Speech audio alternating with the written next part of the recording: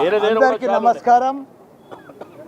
ఈరోజు మా మేడ్చల్ నియోజకవర్గాన్ని మొత్తం రూరల్గా ఉండే మున్సిపాలిటీలు ఉండే కార్పొరేషన్స్ ఉండే సర్పంచులు ఉండే ఎంపీటీసీలు జడ్పీటీసీలు ఉండే 220 మంది కార్పొరేటర్లు కౌన్సిలర్లు ఉండ్రి, 61 మంది సర్పంచులు ఉండ్రి, 5 మంది ఎంపీపీలు ఉండ్రి, 5 మంది జడ్పీటీసీలు ఉండ్రి. అటువంటిది మొత్తం మటాజ్ చేసి 16 మందికి తీసుకొచ్చిరా మొత్తం.